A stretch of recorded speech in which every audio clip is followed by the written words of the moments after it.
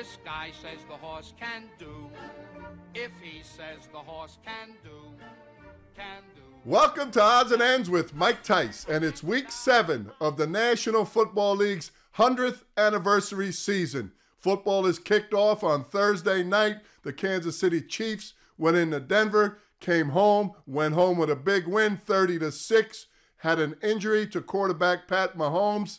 Not too bad, not too significant, they're saying. Best of luck to Pat moving forward. And I tell you, Matt Moore, quarterback, went in and did an outstanding job. Also, from what I'm told, the Kansas City Chiefs over the next couple of weeks should get back some of those injured offensive linemen. Let's talk about those bye week teams. Carolina Panthers, 4 in a row with quarterback Kyle Allen at quarterback. Kyle Allen, 4-0 for the Carolina Panthers. Coach Norv Turner and his staff, his offensive staff, are doing a great job. Ron Rivera and that defense are lighting it up. They lead the league in sacks with 27.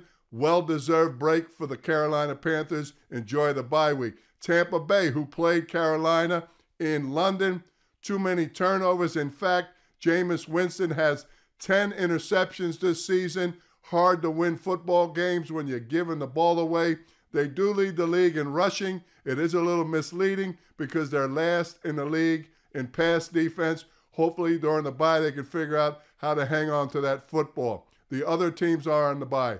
Pittsburgh Steelers without Ben Roethlisberger. I think they're going in the right direction. They're trending up. They are +7 in the turnover ratio. And traditionally, if you're +7, you're going to win a bunch of games. So look for the Pittsburgh Steelers to pick it up when they come back from the bye.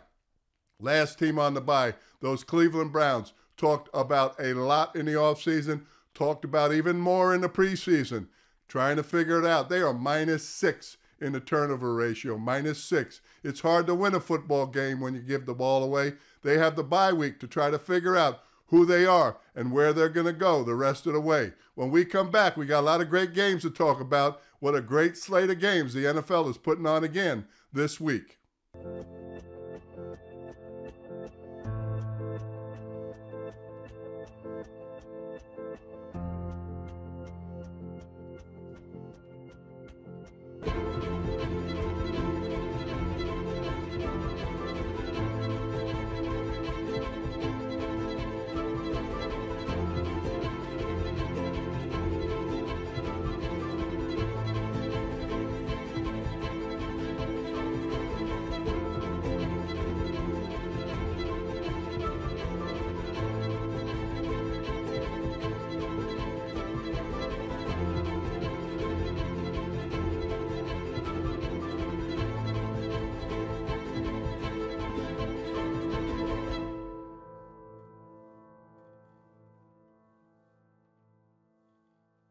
Well, welcome back to Odds and Ends with Mike Tice. And boy, that wine, that Moritzen wine looked delicious. Their Rockpile Red Zinfandel is fantastic. But right now we got to talk about some football games. And let's talk about those 4-2 Houston Texans.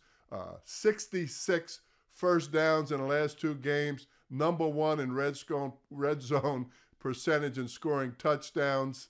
Really going to be tough. +1 in the turnover ratio. Indianapolis coming off a bye week, coming off a big win against Kansas City when they ran the ball down their throats.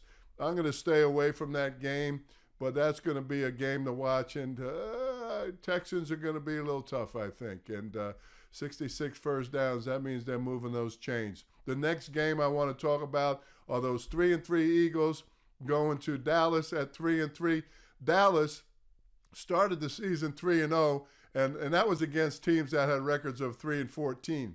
In the last 3 games, they're 0-3, and that's against teams with 11-6 record. But at the end of the day, they're -3 in the turnover ratio. And in this league, in the National Football League, it's tough to win games when you're -3. Traditionally, if you end up the season 0, +1, or -1, you're hovering somewhere around 500 ball, 9-7, 7-9 football. So can't turn the football over and expect to win games in the National Football League. So I'm going to lay away from that game, although Cowboys have all the stats and should be victorious at home in that game. The Ravens at the Seahawks. This is a game I wanted to pick. This is a game I'm going to stay away from. The game started out as -4 for the Seahawks. It's now at -3.5. The Ravens lead the league in about every offensive category you can think of. They're playing solid defense, but not great defense.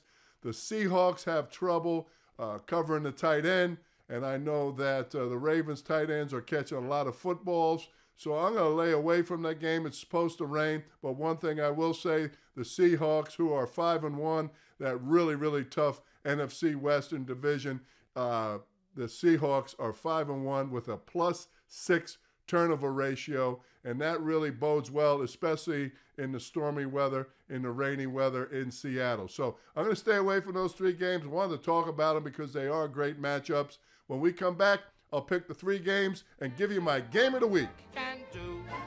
This guy says the horse can do. Well, welcome back to Odds and Ends with Mike Tice. And now for my picks, my 3 picks this week.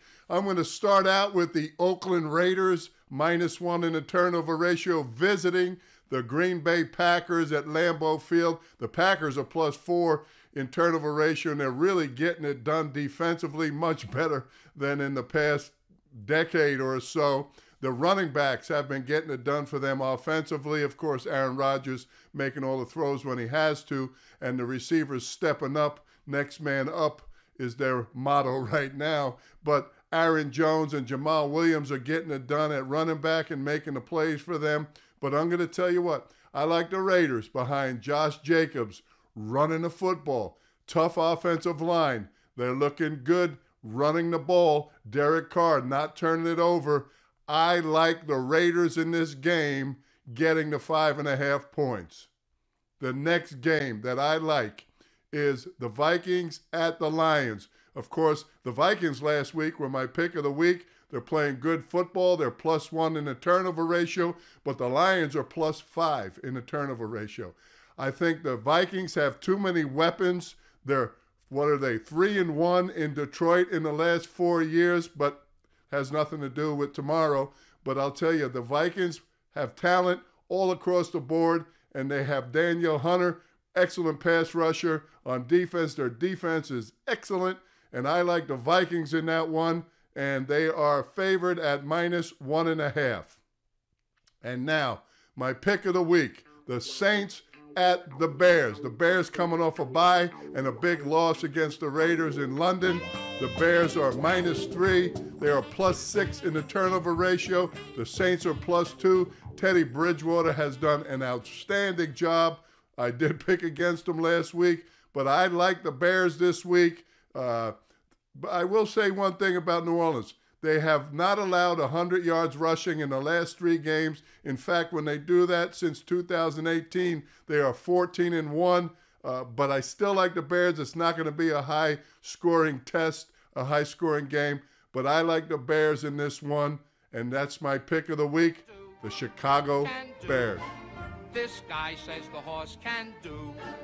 If he says the horse can do, can do. Well, that's it for this week's episode of Odds and Ends with Mike Tice. Let me remind you of my 3 picks. The Raiders on the road in Green Bay getting 5.5. Josh Jacobs running it all day. I like the Minnesota Vikings. No, I love them. In Detroit, too much talent, too much firepower, too much defense. Pass rusher Daniel Hunter, -1.5. I like the Vikings. And my pick of the week, the Bears at home, -3. Coming off a bye, coming off a bad loss in London, healthy as they have been all season.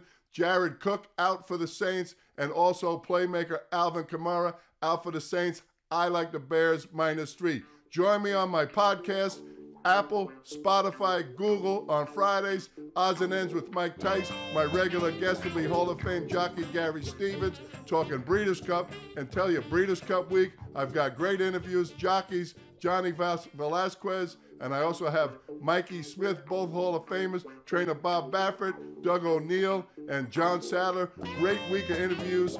Go ahead and join me on my podcast. Next week, we'll have another great show for you. Thanks for looking in.